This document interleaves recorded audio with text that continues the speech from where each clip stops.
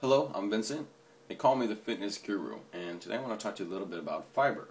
What it is, what it does, why you should eat it. Most of us know we need to, but I have no idea why. So allow me to elaborate. Alright, first off, what is fiber?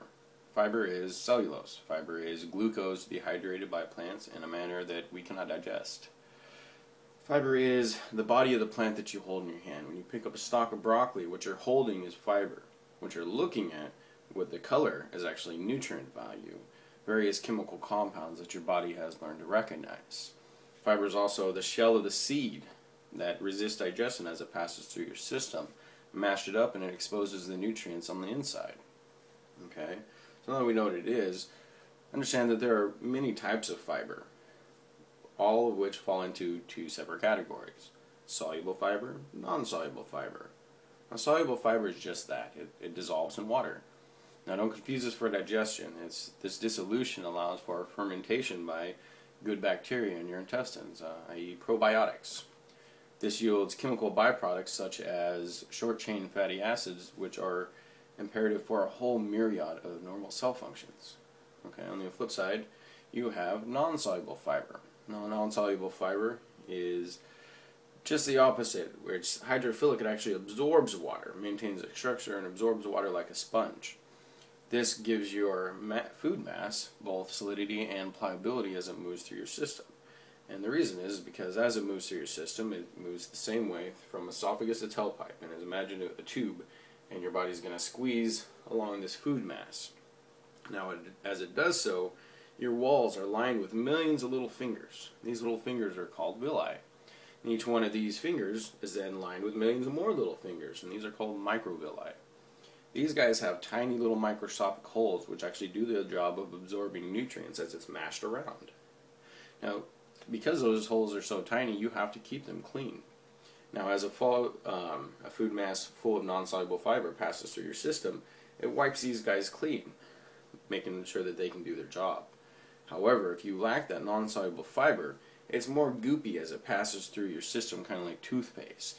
It's going to coat the inside of it and coat all those little fingers that are supposed to be absorbing nutrients. Well, they're still going to try and do their job, but the only thing they're going to be able to absorb is garbage, toxins, everything your body is trying to get rid of it, and is then going to recirculate it throughout your entire system.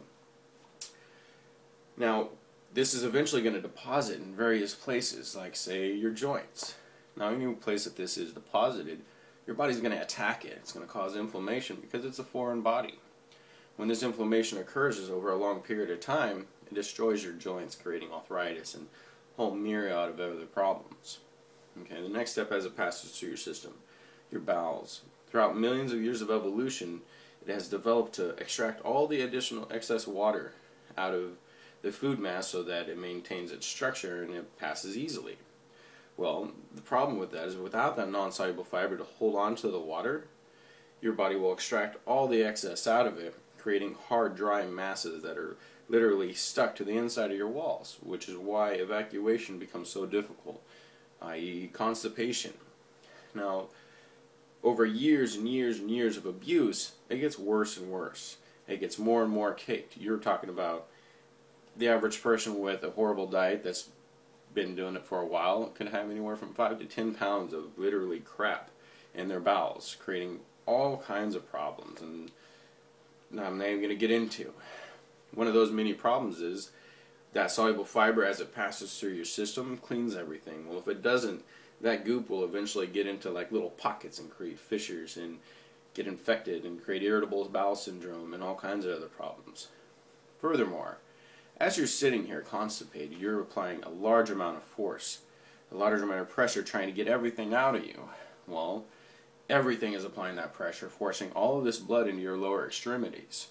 Prolonged exposure to this is going to stretch out your veins, creating varicose veins as well as hernias.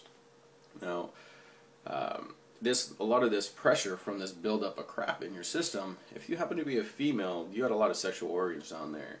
That creates a lot of pressure on those organs, creating pain, discomfort, and oftentimes women end up getting hysterectomies when really all they lacked was fiber. So I hope this kind of clears up a lot of the questions you may have. If you have any more questions at all, please email me. I would love to hear from you.